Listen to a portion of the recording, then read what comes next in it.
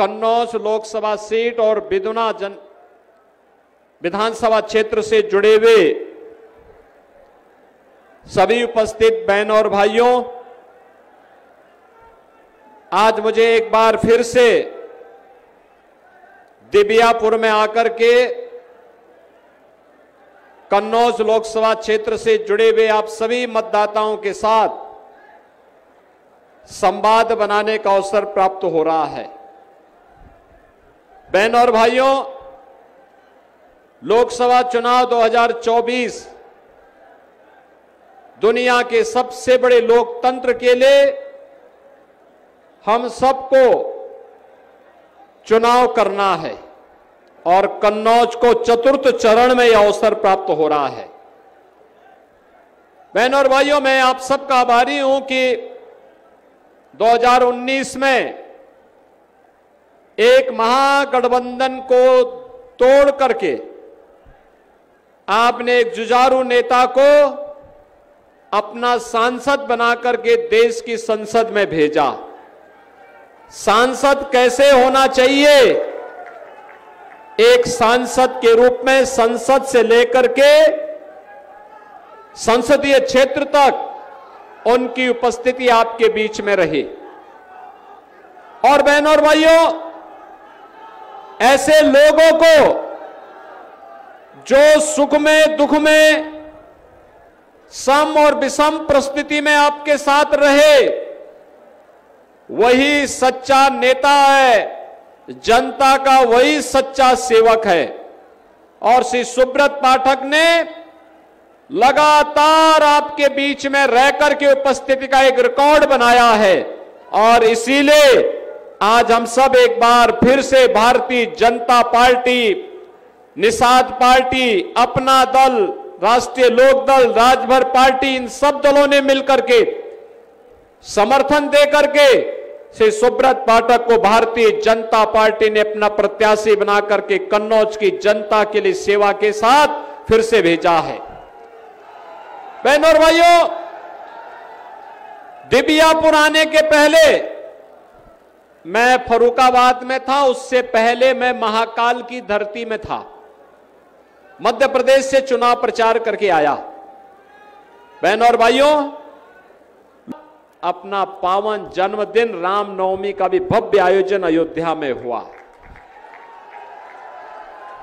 आपने रामनवमी के दिन देखा होगा कैसे भगवान राम का सूर्य तिलक हो रहा था। क्या दिव्यता थी, क्या भव्यता थी, पूरी दुनिया विभूत थी।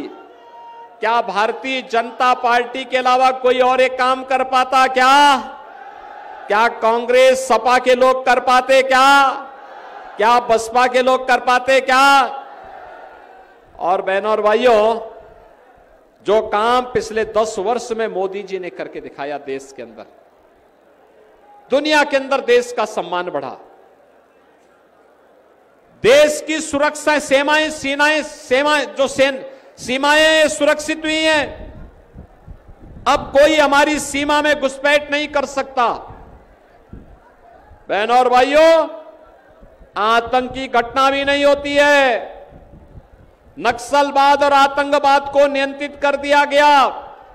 अब तो कहीं जोर से पटाखा भी फटेगा ना, तो सबसे पहले पाकिस्तान सफाई देता, कहता मेरा हाथ नहीं है, क्योंकि उसे मालूम है नया भारत है।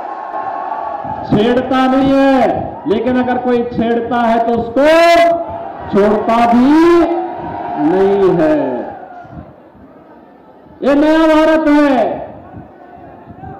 ये वह भारत नहीं है जब आतंकवाद को देख करके कांग्रेस और यूपीए गठबंधन में, तब कांग्रेस भी थी और समाजवादी पार्टी बिन मांगे समर्थन दे रही थी और आतंकी घटना होती थी, ये लोग कहते थे कि वो तो सीमा पार का आतंकवाद है।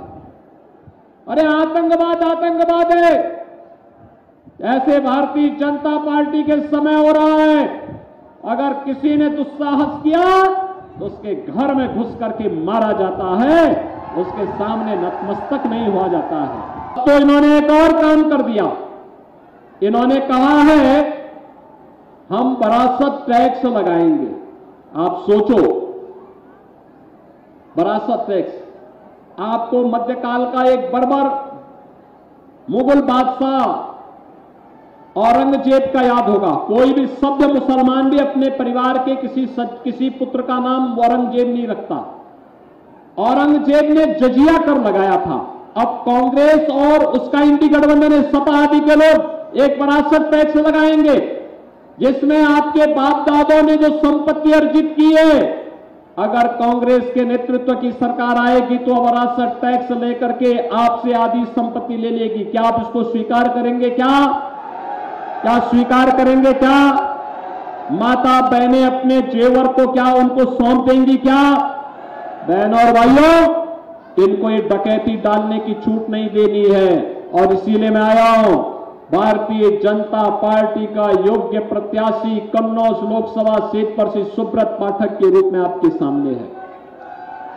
एक जुझारू है, आपके लिए कार्य करने वाला है, सब विषम परिस्थितियों में लड़ने वाला है, और भारतीय जनता पार्टी ने इसीलिए उन्हें अपना प्रत्याशी बनाकर के उतारा है। सुब्रत पाठक को जिता करके भेजेंगे, बिदुना विधानसभा क्षेत्र से भारी बहुमत से विजयी बनकर के जाएंगे। सहमत हैं? लेकिन इसके लिए 13 को वोट है। आज अब आपके पास केवल 8 दिन का प्रचार का समय है। लोकसभा क्षेत्र बड़ा है। सुब्रत पाठक को अन्य क्षेत्रों में भी समर्थन वोट लोगों से अपील करने के लिए, सभा करने के लिए जाना होगा। और इसके लिए मैं आपसे कहूंगा कि समाजवादी पार्टी की जमानत जब्त करिए। बहनों और भाइयों, विकास जितना चाहिए आप बताइए, आपके बिदुना में भी और कन्नौज में उतना विकास होगा। सहमत हैं? सहमत हैं? घर घर जाएंगे, मोदी जी का संदेशा लेकर के जाएंगे, सुब्रत पाठक को विजयी बनाएंगे, कमल चुनाव चिन्ह पर भारी बहुमत से विजयी बनाएंगे। तो मेरे साथ बोलेंगे, भारत माता की, भारत माता की, भारत माता की।